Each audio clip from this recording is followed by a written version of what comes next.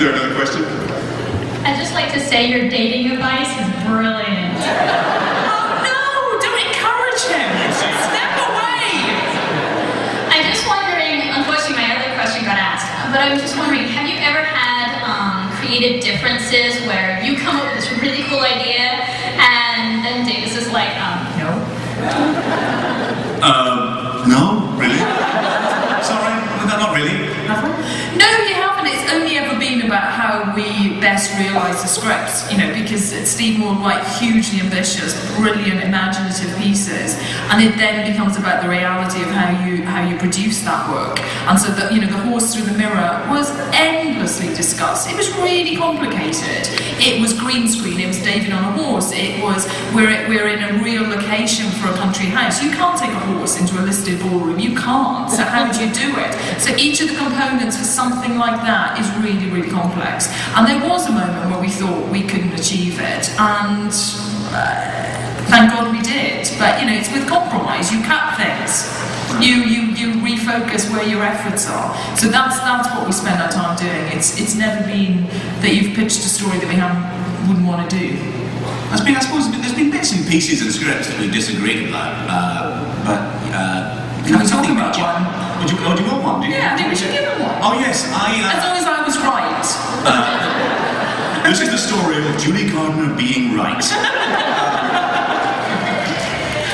At the very, very end of the library episode, the two-parter, at the end of The Forest of the Dead, I had written in, and as you saw on screen, you see River's song with the girl from the computer, little Charlotte, and then Donna's two children. And I was terribly obsessed about having Donna's two kids in there as well, because, well, it's a children's show, and I didn't like kill children on a children's show. I don't know why I thought that's a perfectly decent thing to do. And Julie said, don't do that. It's just confusing. We won't know who the other two kids are. It will blur the line. And I said, no, it won't. Shut up. And we filmed it, and it's wrong, and I hate it, and I always have to stop watching the episode when the TARDIS door is closed because I can't stand the confusion, the loss of clarity in that last moment. So But she you was see, right, and I didn't listen. hold on, because I've reversed my opinion. I've kind of reversed my opinion because, yeah, factually I was right about the realities of those worlds, but I think emotionally you were right, because it is very rewarding seeing Donna's kids there. It is. This is the story of Julie Gardner being right and then being wrong. Yeah.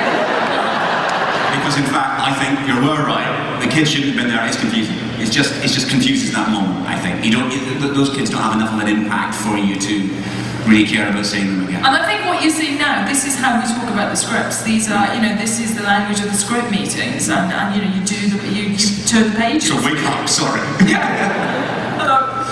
When you look back at the series, is there anything where visually or effects-wise you didn't quite realize something you'd like to go back and have done another shot at it?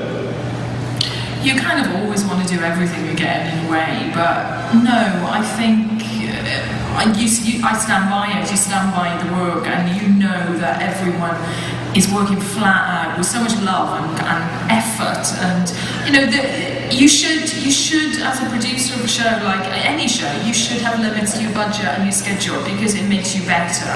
If we could do 20 million CG shots in an episode, that would be the wrong thing to do. It's, you need a balance, you need parameters. Terrific. Do you want to take a question? This is a little mean-spirited, but Stop! Who's your least favorite of the 10 Doctors? Oh, come on! I don't understand the question.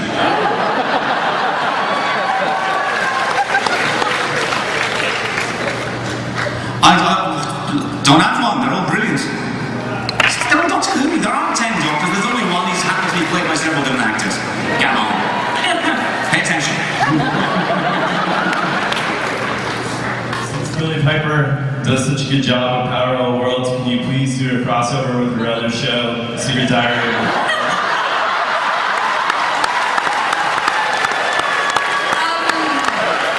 Surely that's torturous.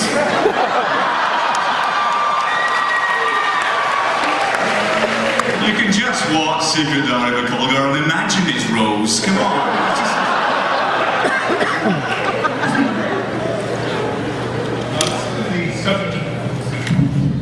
It's been subject to debate between some of my friends and I. When River Song is introduced, she basically walks up to the doctor and says, "Hi, sweetie," doesn't say a word. Is she recognizing the essence of the Doctor or David Tennant's Doctor? The essence of the Doctor, where are you going with that? She, it would appear it's deliberately ambiguous, but she, in my head, she has met the David Tennant Doctor before. But that's not the only Doctor she's met. Spoiler. That's 45 of them out there. Hi. Out of all the episodes of the new series of Doctor Who, which episode is your favorite, including the episodes that you yourself wrote? Ooh, ouch. Oh God. Do you know the one? Okay, the one I watched the most often, the one that gave me the biggest. I genuinely like them all. But the one that I've watched the most often because I thought it was just so exciting was the Christmas Invasion. I mean, it's not the most complicated or anything, but just being forced to wait all that time for a new Doctor, and then he comes out and he's so fantastic. So probably the one I've watched most often, which is some sort of judge of something, is probably the Christmas Invasion. I absolutely adore that. Love it. I don't have a single one because it changes all the time. It changes about what mood you're in, and how you feel on a particular day. But I think the ones that surprised me, was Utopia, actually. For me, that was, quite a kind of traditional Doctor Who story, but the kind of the promise of Derek Jacobi's master becoming something else, and that running into episode 12 and 13. I love it when we start to build momentum going to the end of the series. Something kind of kicks in. It's an adrenaline rush.